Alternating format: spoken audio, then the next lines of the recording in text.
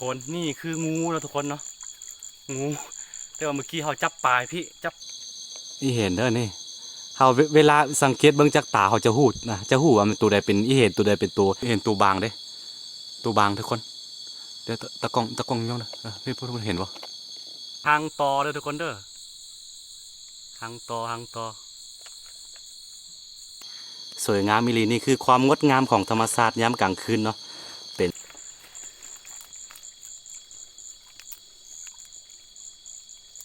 นี่คือกบเด้อแซบเด้อตัวนี้เนาะบุกคือกบที่เขาเลี้ยงกันมันแซบ10โทษพี่น้องนี่เห็นบ่อาหารนี่อาหารเด้อ เห็นบ่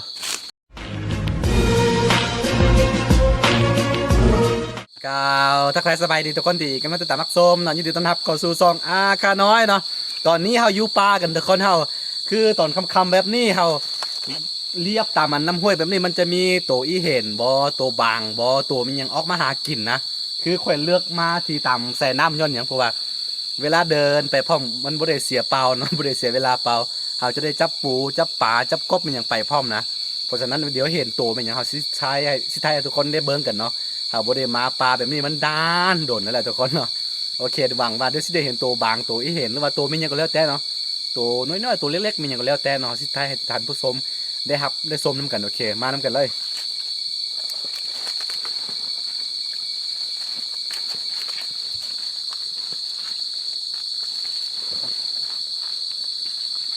ทางเย็นทางเย็น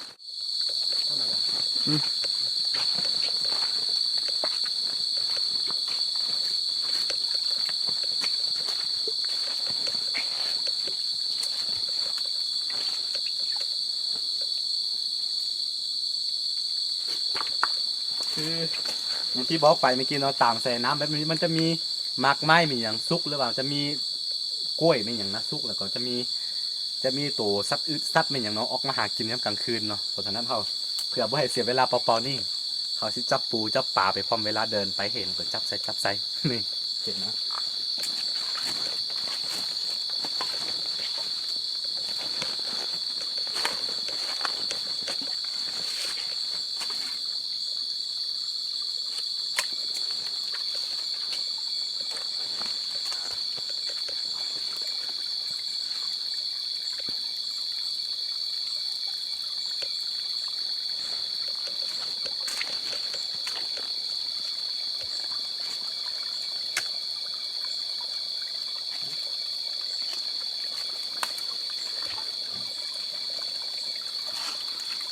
จับปลาหน่อยอย่างนี้ก็ไป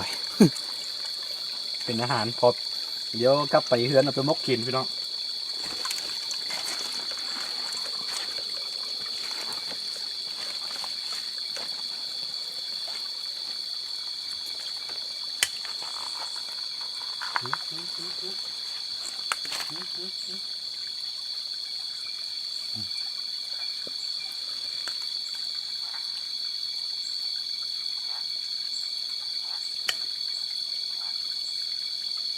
นี่ปลาน้อยปลาซิว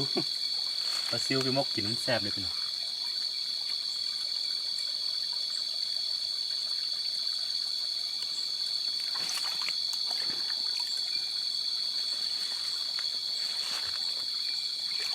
โอ้ปูโอ้กับเขาโอ้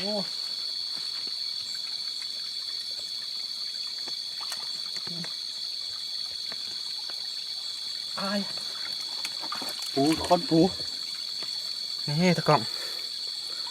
ปูเนาะปูยักเขาก็สิหักมือครับเล็บของมันแล้วก็ใส่เดี๋ยวไปมกใส่โนส้มให้อาม่าเฮ็ดเนาะโอ้สุดยอดเมนูของโปรดเลยนี่ทุกคนอย่างที่บอกไปเนาะมันจะมีมากไม้ไหมยังเห็นเนาะโอ้นี่คือมากอันนี้เนาะมันรสชาติของมันหวานๆแล้วก็เป็นอาหารสั้นดีของกระรอกคนตัวบางตัวอีเห็นไหมอย่างนั้นทุกคนมันหวานแล้วทุกคนกินได้คือกันเห็นป่ะโอ้ตะกล้องซุ้มมอพด ไปนิดนึงนี่เนาะอันนี้หวานนะทุกคนเลย คืออยากให้กล้องหับกินได้อยู่มันหวานแต่ว่ามันหนาวหมดแล้วมันตกมาแต่เวลามันจับอยู่ต้นเขากินเนี่ยหวานเลยพี่น้องเด้อแต่ก่อนตอนนี้เราเห็นนกบิลาดงเนาะนอนอยู่เนาะเดี๋ยวสิไปมามองนี่เราสิท้ายให้ทุกคนได้เบิ่งกันเนาะจะเป็นกันรบกวนเนาะเพราะว่ามันนอนอยู่ตามเส้นทางที่เราจะผ่านไปนะโอเคแบบนั้น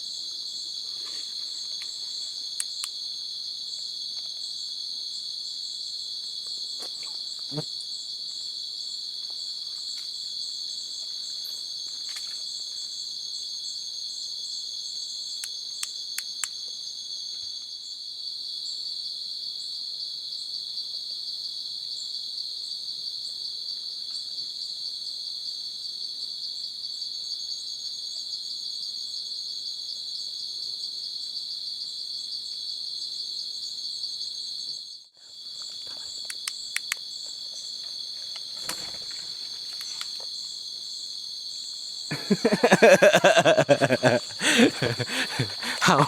เฮาสิจับให้ทุกคนได้เบิ่งกันสุดแต่ว่ามันบินแล้วทุกคนบ่เป็นหยังหรอกตกใจคือเฮาบ่อยากรบกวนมันดอกแต่ว่ามันพอดีมันอยู่นอนอยู่เส้นทางที่เฮาสิผ่านเนี่ยมันนอนในนี้เลย มันบินเนาะตกใจหมด โอเคทุกคน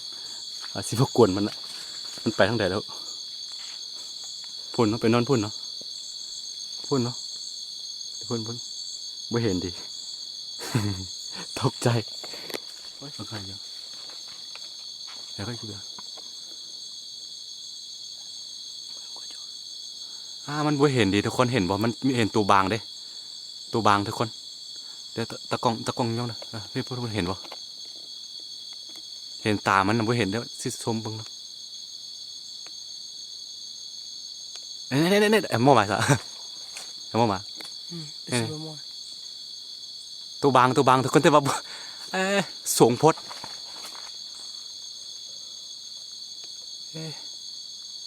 ไม่เห็นตามันเนาะมันสูงพดจริงนะท่านมันค่อนข้างที่สูงพดทุกคนเห็นบ่เห็นตามันไม่เห็นดีไว้เบิ่งจะกล่องไม่เห็น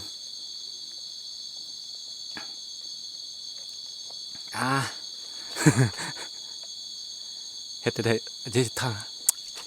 สิทายจังได้เนาะมันสูงพด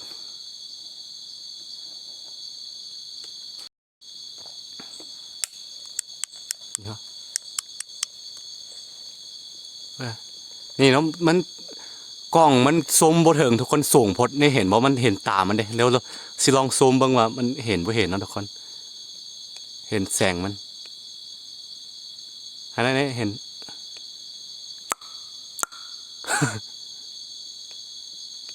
บ่เห็นสูงพด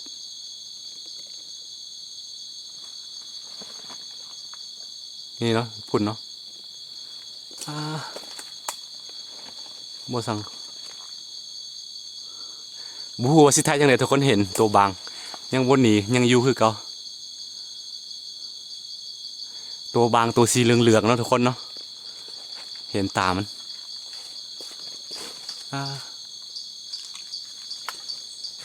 เราต้องปิดไฟมึงเราต้อง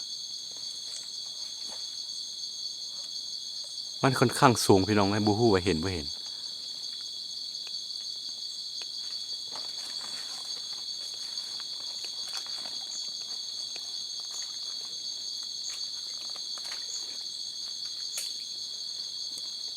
มันบ่เห็นเป็นอย่างเนาะสกายพดเห็นได้ตามันน่ะโอเคยามันทุกคนเดี๋ยวสิได้เห็นตัวมอเป็นอย่างเนาะเดี๋ยวสิท้ายให้ทุกคนได้เบิ่งกันอีกตัวใดที่เห็นถ้าเห็นตัวใกล้ๆเนาะนี่ทุกคนเห็นบ่อาหารนี่อาหารเด้อ เห็นบ่กำลังออกเลยโอ้ไปมกกินไปแกงกินสุดยอดเลยพี่น้องเอ้ยนี่คือความงดงามของธรรมชาติเนาะเวลาเข้าป่าอย่างนี้ตอนคืนนี่มักจะเห็นสัตว์ที่ออกหากินกลางคืนเนาะสวยงามคือค่อยบ่ได้โลกสวยแล้วก็ค่อยบ่ปฏิเสธว่าค่อยบ่กินอย่างที่หลายๆคลิปที่ค่อยเห็นเนาะค่อยก็กินแต่ว่าค่อยเลือกกินเนาะอันใดที่เป็นสัตว์ห่วงห้ามบ่หรือว่าอันใดที่เป็นแบบสัตว์ที่ใกล้หายากเอาก็บ่กินนะคือมื้อนี้เฮาก็มาไทยให้ทุกคนได้เบิ่งกันซื่อๆเนาะถ้าบ่ได้มีหยัง บ่ได้มีอาวุธมีอย่างเพียงได้ว่ามาซองเบิ่งให้ทุกคนได้เห็นกันนี่ก็เป็นอาหารทุกคนโอเคลาบเท่านี้เลยเท่านี้นี่ทุกคนในที่สุดเขาก็มาเห็นอีกละนี่คืออีเห็นนะทุกคนเด้ออีเห็นนะนี่อีเห็นนี่มันอยู่ไกลได้ว่าเห็นตามันเนาะอีเห็นเด้อนี่เขาเวลาสังเกตเบิ่งจากตาเขาจะหูนะจะหูว่ามันตัวใดเป็นอีเห็นตัวใดเป็นตัวเลี้ยงลมตัวใดเป็นตัวบางเราหูได้เพราะว่าจำแนกตามันได้อย่างจะออกสีมันต่างกันโอเคอันนี้คือตัวบางเด้อตัวบางตัวอีเห็นเด้อทุกคนเด้อมันกลิ่นหมักไหมมื้อนี้พอดีมันออกมาซัดกลิ่นหลายเด้อทุกคนมันคือตัวอีเห็นโอเคสิให้ทุกคนได้เห็นแบบนี้เนาะนี่คือแมงหิ่งห้อยเนาะแมงหิ่งห้อยชนิดหนึ่งทุกคนคืออยู่นี่เนาะอยู่ก้นมันจะออกไฟหุงนิดนึงนะท่านนี้นะมันคือแมงหิ่งห้อยทุกคนเด้อมันหากินน้ำกลางคืนตัวตายเนี่ยนะจะเป็นตัวตายเวลาตัวเป็นมันจะมีแสงอยู่ก้นมันเนี่ยเนาะ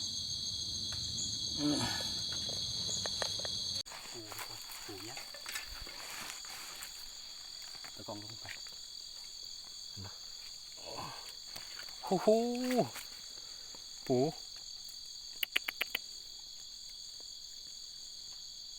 ตะกองลองซูมนิดนึงเดี๋ยวโอ้โหนี่แหละเฮาบ่เสียเที่ยวฟรีบ่เสียเวลาฟรีง่ายพิลึก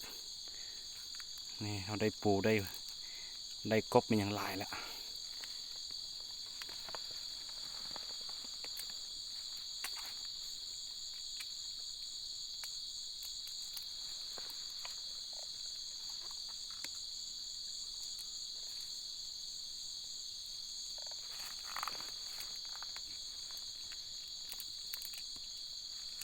นี่คือวิธีหากินตอนกลางคืนพี่น้องวิธีชีวิตบ้านๆแล้วก็เบิ้งสัตว์ประหลาดไปพร้อมตอนกลางคืนบนอื่นค่อนข้างหายากแล้วแต่ว่าคือแถวนี้ยังอุดมสมบูรณ์อยู่พี่น้อง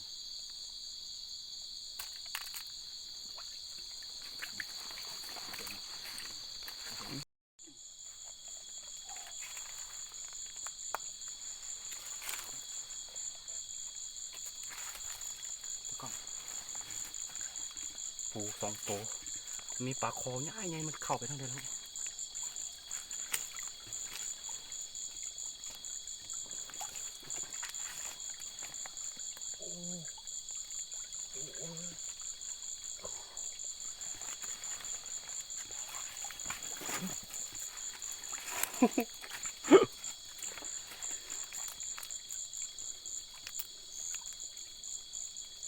โอ้ใหญ่บ่ใหญ่กว่าให้มันหู้ไปปลาก้างย้ายไงหู้มันเข้าไปทั้งแถวทุกคนว่ายพดตะกล้องไทยวันทันโอ้โหไงอีหลีนี่ปูห้วย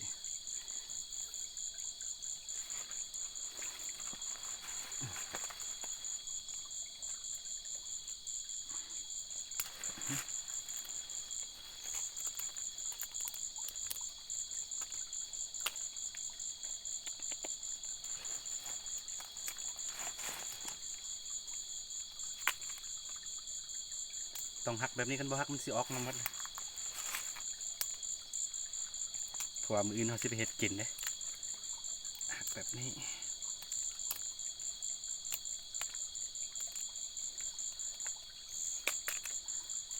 นี่ทุกคนนี่คืองูนะทุกคนเนาะงูแต่ว่าเมื่อกี้เขาจับปลายพี่จับปูพี่เห็นปะเขาโชคดีเนาะบุค่อยมีความรู้เกี่ยวกับเรื่องงูปานใดได้ว่า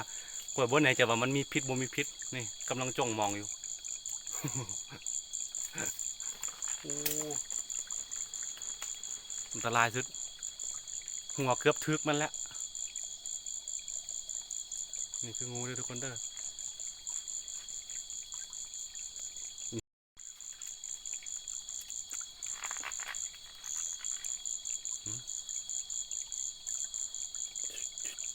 โอ้ยโอ้ยโอ้ยโอ้ยโอ้ยบ่แน่ใจว่าเป็นงูประเภทใดเพราะว่าข่อยอย่างที่บอกไปเนาะข่อยบ่ค่อยมีความรู้เรื่องงูปานใดนี่เนาะสีสันของมันจะออกสีเหลืองๆด้วยนึงค่อนข้างเลื่อมนี่เฮาสิบ่กวนมันเนาะที่เฮาสิเบิ่งนิดนึงละกวนนิดนึงนี่มันสีมันเป็นแบบนี้เนาะผู้ใดมีความรู้เกี่ยวกับเรื่องงูสามารถบอกได้โชคดีไปเกือบแต่กล้องเห็นก่อนทุกคนเห็นเป็นอย่างอยู่บนต้นไม้บ่เป็นมันคือหางตอเด้อทุกคนเด้อหางตอ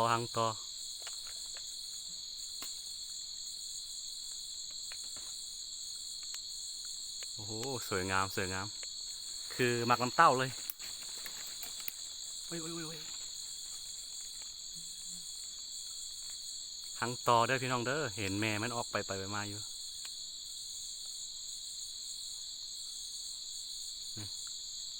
นั่นคือหางตอ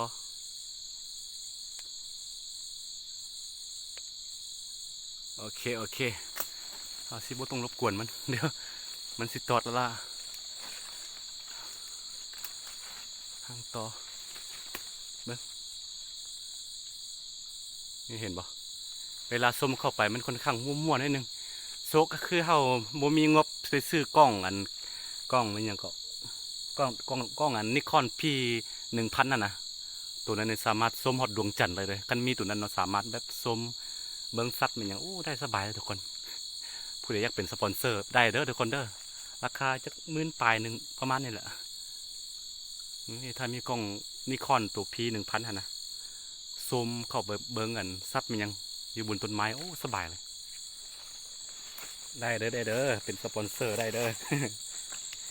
ผมมีงบซื้อเถอะราคาประมาณ18 บาทนี่แหละทุกคนแน่ใจกัน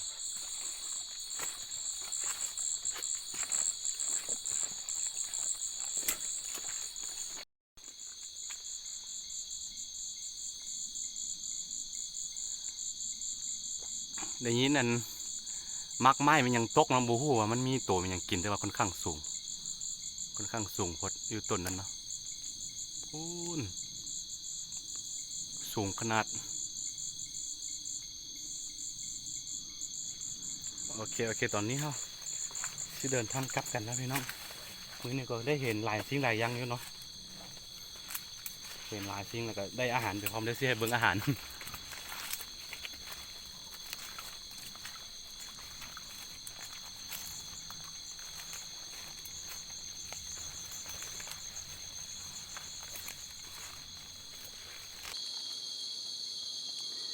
นี่คือหอยสร้างเด้อทุกคนเด้อบูฮู้ว่าภาษาอื่นเขาเอื่นจังไดแต่ว่าภาษาบ้านเขาเอื่นว่าหอยสร้างเนาะนี่เห็นบ่มันหากินน้ำกลางคืนได้ตัวนี้โอ้โอเคสวยงามมิลีนี่คือความงดงามของธรรมชาติยามกลางคืนเนาะเป็นสัตว์ที่ออกหากินน้ำกลางคืนได้พี่น้องเด้อมันก็หากินตามวงจรชีวิตของมันแหละคือเขามาหากินนะเนาะโอเคครับสิบ่รบกวนนะมาสิ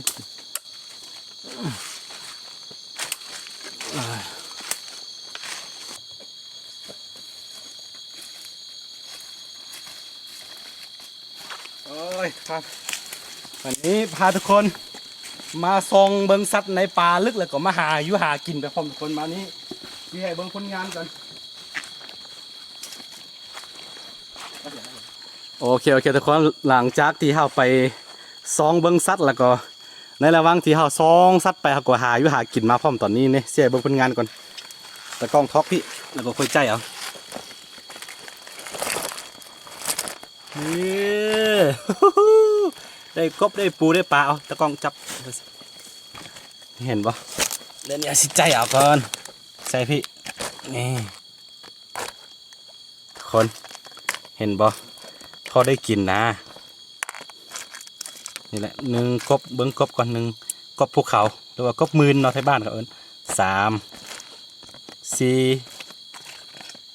5 6 7 8ตัวน้อย9 9 ตัว 10โทษพี่น้องนี่แหละพอได้กิน10 ตัวพุ่นน่ะนี่แล้วก็ปูเบิ่ง1 2 3 4 5 6 7 8 9 10 11 12 13 ตัวแล้วก็นี่ตะกองใจนี่เนาะงามันเมื่อกี้เขาเก็บเห็ดแต่ว่ามันเปื่อยมันใส่ปนกันแล้วพอได้กินนี่แหละวิธีชีวิตบ้านๆพี่น้องเอ้ย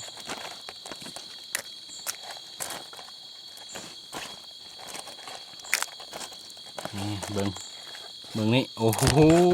ตะกองนี่กบเด้อเอาไปมกใส่นอส้มให้อาม่าเฮ็ดเมนูกันมื้ออื่นเดียวมื้อใดว่างๆเขาสิถ่ายคลิปให้ได้เบิ่งกันวิธีการเฮ็ดอาหารอีกเนาะถ้าเฮามันได้